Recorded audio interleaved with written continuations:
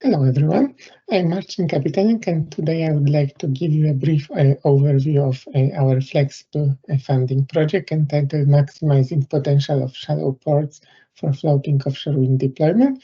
And this is the work with my colleague Dr. Alicia Terrero-Gonzalez from National Decommissioning Center and our industrial partners at Blackfish Engineering, Omega Wind, and Peterhead Port Authority.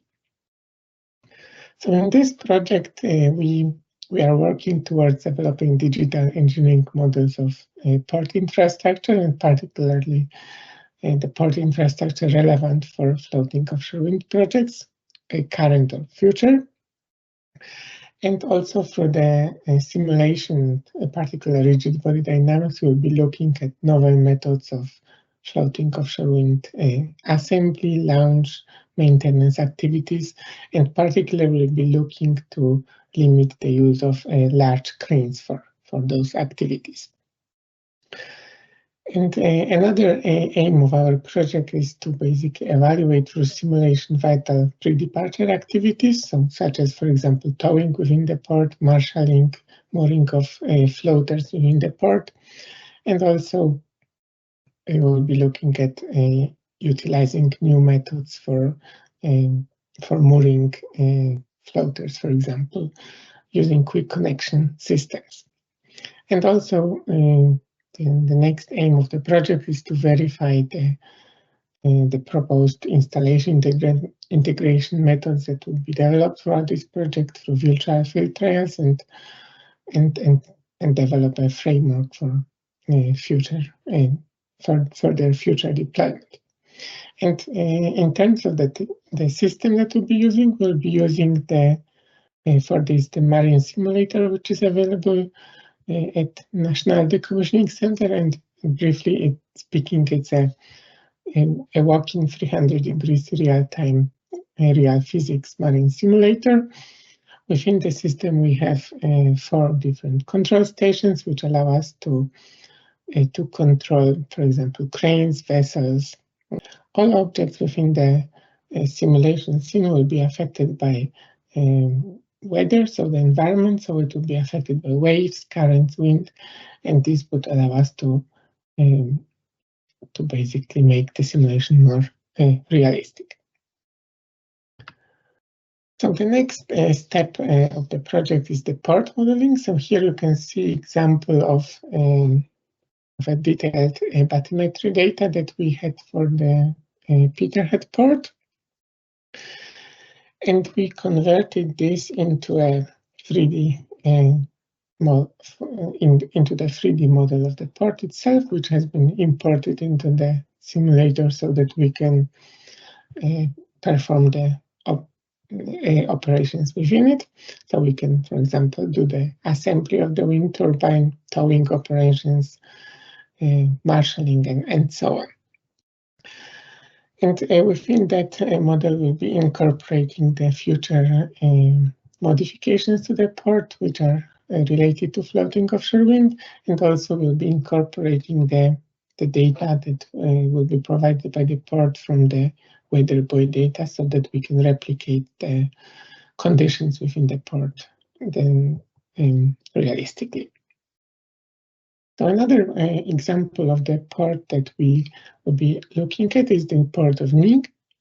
And in here we have a bit more simpler model, because we assume just the flat seabed areas within the port. So just at the moment we don't have access to the detailed bathymetry data to update the model, but this model would have sufficient functionality as well.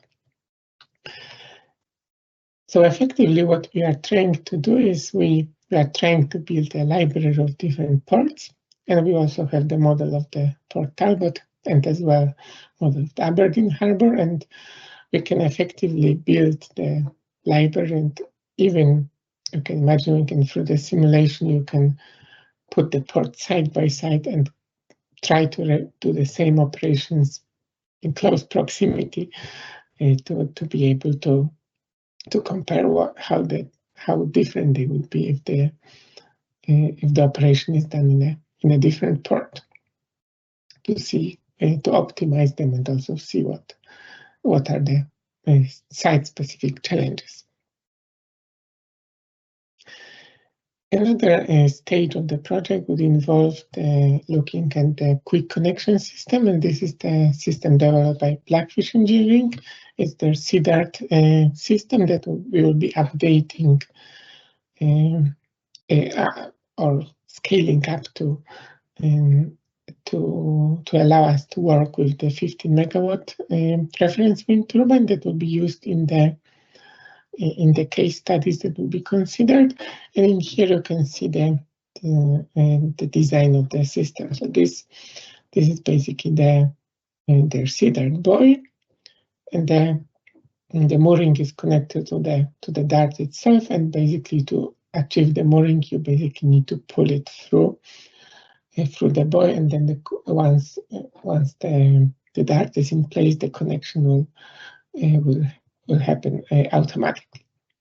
And the same for the removal of the tool. You basically by pulling the dart, you can disconnect it. And in these photos here, you can see examples from recent sea trials of the technology, and we'll be incorporating those in our simulations as well. So the last part of the project would look at the expedited build-up of modular sub-assemblies for floating wind assembly, and in this case, we'll be using the design by Omega Wind, which is this concept of a wind turbine that is supported on 4 floats, has a light tower structure to support the rotor, and it will adjust itself to the wind like a weather vane because of the single mooring point. And we'll be looking at modeling of the ground level assembly of this structure. So for example, as you can see here, the schematic of the different steps that will be considered. So in here, we have the floats connected to the tower, then these are tipped through the help of winches. And then the tower is connected to each other. Then the whole tower will go basically 90 degrees and will connect the rotor, and then the whole turbine will be tipped back to the vertical position. And in here you can see the schematic of the model that we have set up for basically lifting both parts of the tower. Just note that basically this in this system, this operation won't be done at the same time, but for the purposes of the model, we have the connections to both sides, right and left-hand side of the tower, already made in the model. But basically, there is a winch here that there are 2 winches that basically support, that will be responsible for lifting this part of the tower, and the second winch that would be lifting the second part of the tower, so the right-hand side. And in the video here, you can see the example of the how this operation looks speeded 20 times, and we can extract the forces, the positions, and basically optimize this operation and see how to do it. So thank you very much for your attention. If you have any questions, I'll be happy to answer them.